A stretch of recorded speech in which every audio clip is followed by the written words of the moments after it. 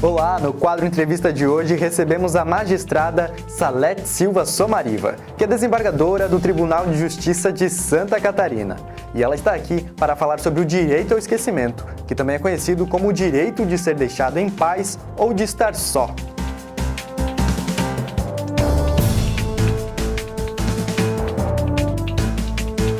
Olá, desembargadora. Para começar, eu gostaria que a senhora explicasse o que seria o direito ao esquecimento. Em primeiro lugar, meus cumprimentos a todos. Muito obrigado pelo convite. Uma honra para mim estar aqui. O direito ao esquecimento, na verdade, é aquela situação, é uma questão até da dignidade humana, né, da tutela da dignidade humana, quando se tutela esse direito que toda pessoa tem de ter o seu passado, onde e quando for praticado talvez atos ilícitos, não volte depois de décadas, depois de 20, 30, 40 anos, ou até 50 ou até 60, como existe um caso do Brasil, que ele volte à tona e com isso ele ocasione assim, severos prejuízos morais à família, tanto da vítima ou como do acusado, porque normalmente quem já cumpriu uma pena, ele pagou sua dívida com a sociedade a alto preço. Quem cumpre uma pena de 20, 15, 30 anos num presídio brasileiro ou em qualquer presídio do mundo, a gente já sabe que isso aí significa quase que uma prisão perpétua, porque dificilmente a pessoa vai sair de lá, diríamos, recuperada emocionalmente. Ele pode até sair recuperado para a sociedade, né, deixar de cometer crimes, mas emocionalmente ele nunca mais vai resgatar aquele estado emocional que ele tinha antes desse fato. Então ele tem o direito, porque já cumpriu a pena, respondeu à sociedade, ele tem, nesse caso, o direito, então, ao esquecimento, o direito de ter dignidade, porque na maioria das vezes, ou nas vezes que aconteceram casos similares, a família, por exemplo, da vítima, ela já se recuperou do choque, os anos acabaram apagando as feridas, cicatrizando, quer dizer, a dor nunca vai desaparecer, evidentemente, de um familiar, de um pai, uma mãe, um irmão que perdeu um irmão, um filho, uma filha, isso aí é óbvio. Mas o tempo vai cicatrizando, vai amenizando aquela dor. E, de repente, se isso é trazido à tona anos, décadas depois, a família também vai se sentir muito machucada, vai reviver aquilo que já está apagado. E quando se trata vamos dizer, do autor de um fato, quando ele sai do presídio, ele vai buscar reestruturar a vida. Então ele casa, tem filhos, né, constitui uma família, e daí 30 anos depois, de repente, aquilo é resgatado pela imprensa ou pela sociedade, hoje muito comum pelas redes sociais, e trazem aquele caso à tona. Então isso vem em prejuízo da própria família, dos filhos que às vezes não sabiam daquele fato passado, e traz prejuízos morais assim acentuados. É por isso que eu acho que realmente os defensores, né, dessa tese estão... É claro que cada caso é um caso, mas via de regra eles estão certos. Doutora, em quais casos o direito ao esquecimento é recomendável? Olha, eu particularmente, sabe, o meu pensamento é que todas as pessoas, sem se tratando de pessoas físicas ou jurídicas, com tal nome também da pessoa jurídica, elas têm o direito de reconstruir a sua vida. Elas têm o direito de refazer o seu nome. Eu não quero dizer que elas não devam ser penalizadas, não devam sofrer os ferretes da lei quando necessário. Elas têm, evidentemente, que pagar uma dívida. Só que eu acho que essa questão, quando ela vem à tona através de redes sociais, através da própria imprensa, porque a imprensa, eu ainda hoje vou dar uma outra entrevista, naquele caso Oscar, que ocorreu aqui em Santa Catarina, em Joinville, alguns anos atrás, e a pergunta da imprensa qual é o valor da imprensa em casos dessa natureza? Eu acho que a imprensa realmente não é à toa que todo mundo diz e que é dito e conhecido e reconhecido como a imprensa é o quarto poder. Realmente, ela tem uma influência na vida das pessoas muito grande, na vida dos brasileiros principalmente. Ela sempre traz, 90% dos casos a imprensa traz benefícios, mas em alguns casos, revivendo isso, assim, e até eu acredito que não seja assim uma coisa que não seja salutar, documentário, às vezes as pessoas têm curiosidade, mas mesmo trazendo esses fatos que ocorreram, né, fatos originais para um documentário que vai ser exposto ao país todo, acaba trazendo prejuízo. Então, eu entendo que todos os casos sabe, o direito ao esquecimento ele deve ser preservado. E nesses casos, quais seriam os principais danos para a pessoa que teve as suas informações divulgadas? Os danos eles são bastante extensos.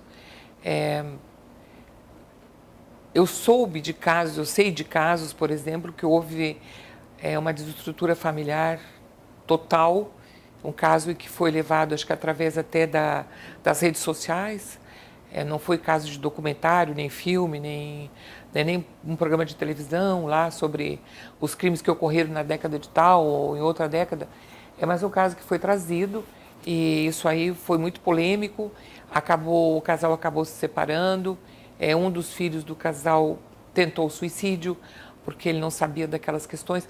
Então, é muito relativo, depende da cultura e da educação. Né? Talvez para algumas pessoas que elas têm uma linha de educação, uma cultura diferente, às vezes até é interessante, sabe? O papai vai aparecer na televisão, aquela coisa toda. Agora, para outras pessoas, né, que já têm uma formação diferente, isso realmente vai ter uma repercussão muito grande.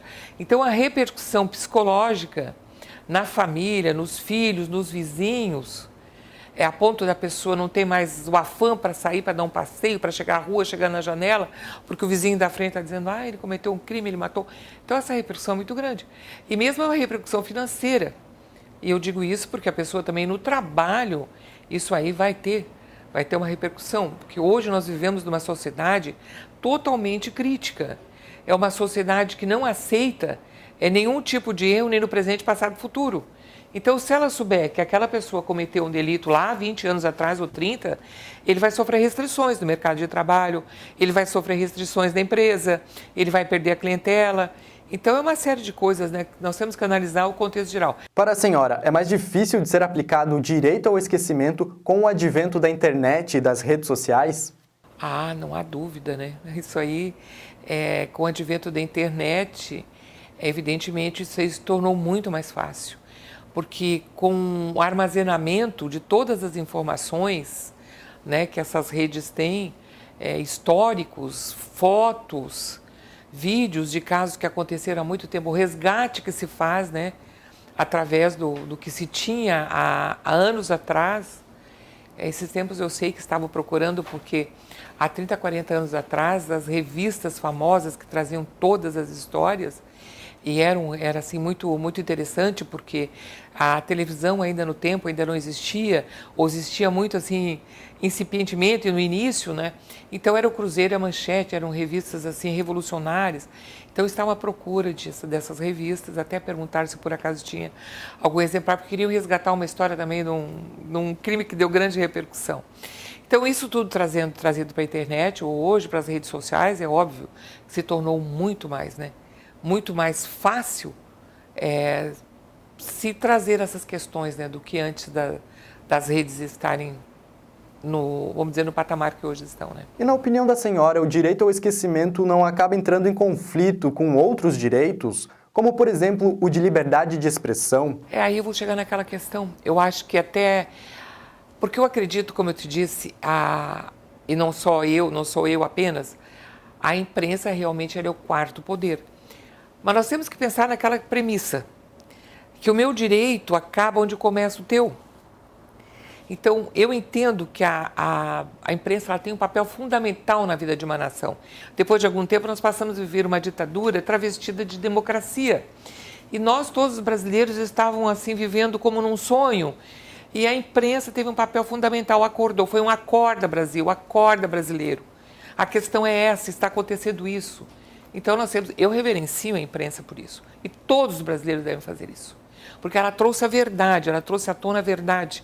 Ela esclareceu o povo a ponto de nós termos tido as consequências, as vitórias ou as derrotas que aconteceram, mas pelo menos o povo está esclarecido. Então eu penso que ela não coíbe o direito de expressão, porque a imprensa tem que ir até um ponto, até o momento de esclarecer, até o momento que ela seja benéfica para a nação, benéfica para a sociedade, benéfica para o cidadão.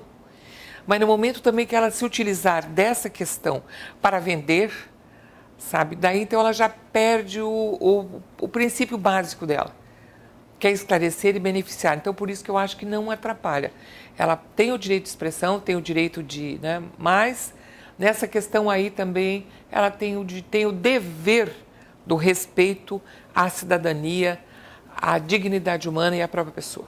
Mas, doutora, o direito ao esquecimento não abre margem para as pessoas apagarem fatos passados e reescreverem a própria história? Sim, eu acho que sim. Não há dúvida.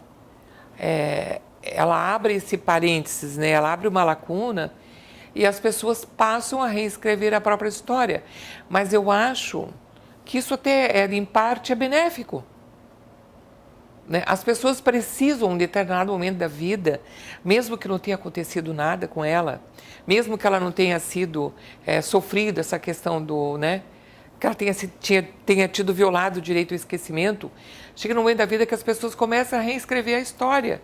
É importante isso, tá? E eu acho que, por isso, eu acho que ela realmente abre esse parênteses, mas eu acho que também é benéfico essa reescrição da história de cada um. Bom, para finalizar, eu gostaria que a senhora destacasse os principais avanços trazidos pelo direito ao esquecimento desde 2013, quando ele foi criado.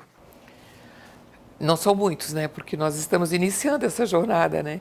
Mas o primeiro fato importante foi o enunciado 531, que ele surgiu da 6ª Jornada de Direito Civil do Conselho Nacional da Justiça Federal. E nesse enunciado consta que a tutela da dignidade humana inclui também o direito ao esquecimento, que é uma questão de dignidade humana, a pessoa tem direito. Esse é o primeiro aspecto. O segundo aspecto é que o STJ, em 2 casos polêmicos aqui do Brasil, né? Em ambos, o relator foi o ministro Luiz Salomão, eles acabaram por entender que o cidadão tem direito ao esquecimento. E esses 2 casos são os casos foi o caso do massacre da Candelária, que todo mundo sabe como ocorreu, né? 8 meninos morreram, mais 40 feridos, e foram muitos condenados e um foi absolvido. E num documentário da Globo, da Rede Globo, foi citado o nome desse cidadão que foi absolvido e ele ingressou com uma ação indenizatória e teve êxito. A Globo foi condenada a pagar R$50 mil para ele por ter o nome, né, não ter sido esquecido o fato, né, pelo direito ao esquecimento. E outro caso é o da Aida Cury, foi um caso muito polêmico. Ela foi estuprada por 2 jovens, um era menor. Eu lembro muito bem desse caso. Eu residia na capital de São Paulo na época e foi através dos meios que haviam na época, que não eram muitos meios de imprensa, mas foi assim, muito rumoroso, em função da idade da moça também.